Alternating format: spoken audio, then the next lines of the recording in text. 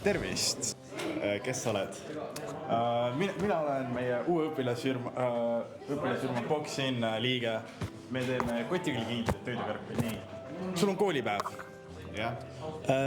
Sa sööd mingi kell 12 sööd mingi lõuna ära.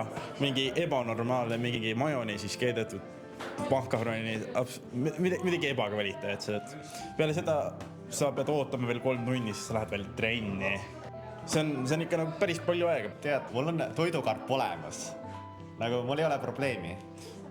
Aga kas sul ei olegi olnud niimoodi, et sul on kooliasjad kotis, veepudel, trenniasjad kotis, trenni jalanõud ja siis sa vaatad ja sul pole enam ruumi, kuhu oma toidukarpi panna.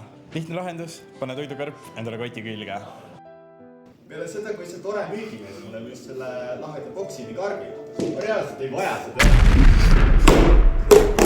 Nagu, ma saan need kõik söödad, toonad siis 10 eurot säästan ka iga päev, et aasta peale teeb see kokku 3600 eurot.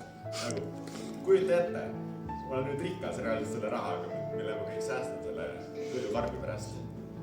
Ikka lihtsalt nagu palju parem. See on kõige parem karp. See on mugav, see on stiilne, see on toidukindel. Põhimõtteliselt hoiab vett. Aga tead, mis selle karbi juures on kõige parem või?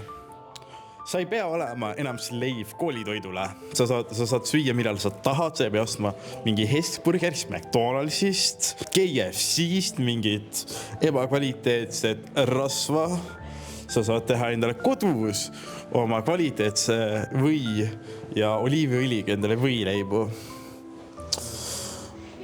Tegelikult sa ei peaks rasva sööma.